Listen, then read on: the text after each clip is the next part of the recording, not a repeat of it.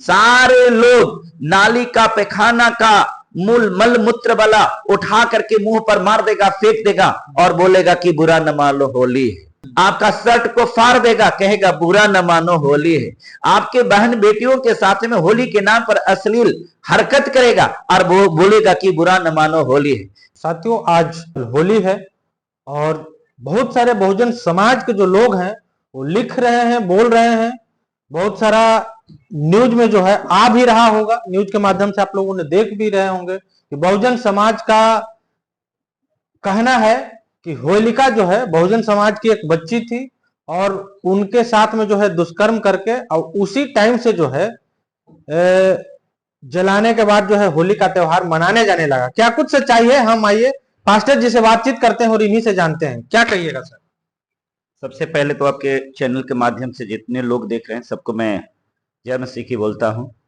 और बात रह गई कि आपने खुद अपने बात में कहा है कि आज होलिका दहन है और कल होली का त्योहार है जी। तो जो हिंदुओं का प्रमुख त्योहार में से एक माना जाता है। हाँ, हिंदुओं का प्रमुख त्योहार, प्रमुख के मतलब बड़ा त्योहार कह सकते हैं। बिल्कुल बिल्कुल। हमको इतना खाली बताइए त्योहार के मतलब क्या होता है? त्योहार का मतलब पर्व होता है। पर्व होता है। हाँ। त्योहार का संधि विच्छेद क्या होता है? त्योहार को संधि विच्छेद होता है ना, इसको विच्छेद कीजिए तो क्या होगा? त्योहार यानी तुम्हारा। त्यो जोड़हार, त्यो के मतलब ये संस्कृत का शब्द है। त्यो के मतलब तुम्हारा या आपका, हार का मतलब पराजय, मैंने आपकी पराजय। ठीक है, ये आपकी पराजय, किसकी पराजय की बात कही जा रही है? केकर हार की बात कही जा रही है? अब अगर हार किसी के है तो भारत में कौन व्यक्ति हारा और इसमें जश्न कौन मना रहा है? एकरा में होलिका को जलाया जाता है। होलिका थी कौन? प्रहलाद की फुआ थी, है ना। कहा जाता है कि प्रहलाद बहुत बड़ा भक्त था, लेकिन सच बात ये नहीं है। ये तो मनुवादियों ने कहानी को टेम्परिंग कर करके एक प्रकार से बनावटी कहानी बना करके और लोगों को गुमराह किया। प्रहलाद एक नंबर के लंपट लड़का था, शराबी था, जुआरी था और सामंतवादियों को गोद में खिलने वाला ये लड़का था। इसी के करतूत के द्वारा इसके पिता जो हिरण्यकश्यप थे, इन्होंने घर से इसको निष्कासित कर दिया था, अपने राज्य से निष्कासित कर दिया था। और निष्कासित करने के बाद आज्ञा दिया गया था कि ये हमारे राज्य के अंदर में प्रवेश नहीं करेगा।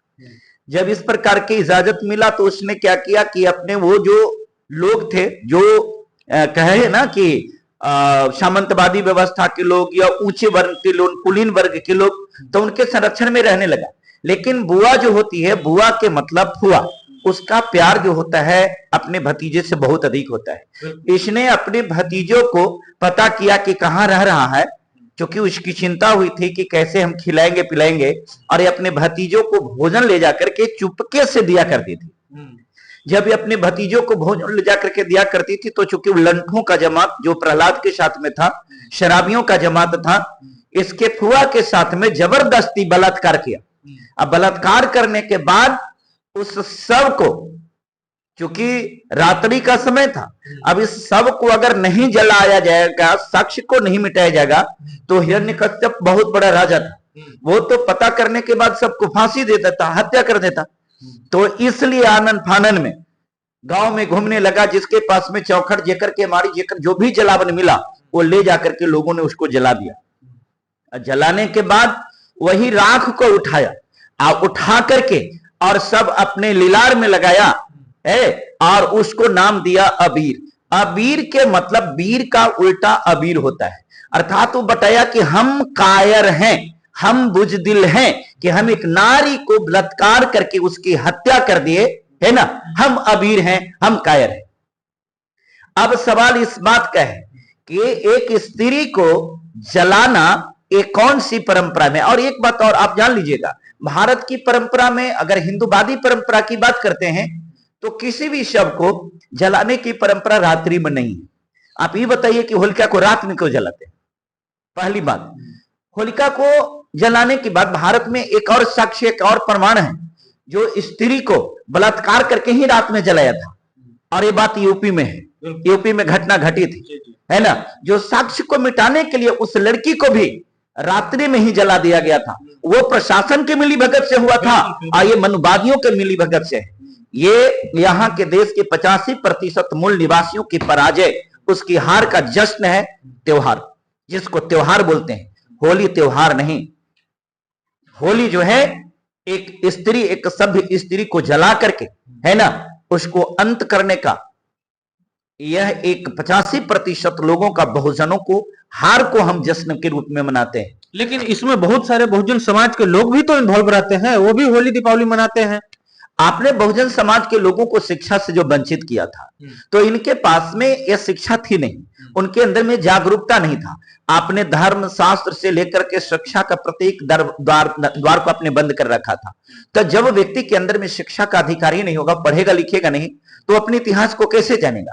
आज लोग पढ़ रहे हैं, इतिहास को जान रहे हैं, हम आपसे यही तो पूछ रहे हैं कि एक बात बनाइए। मान लेते हैं कि चलिए आपके अनुसार होलिका अपने भतीजा को जलाने का कोशिश कर रही थी, कहा जाता है कि उसके पास में वरदान वाला चादर था।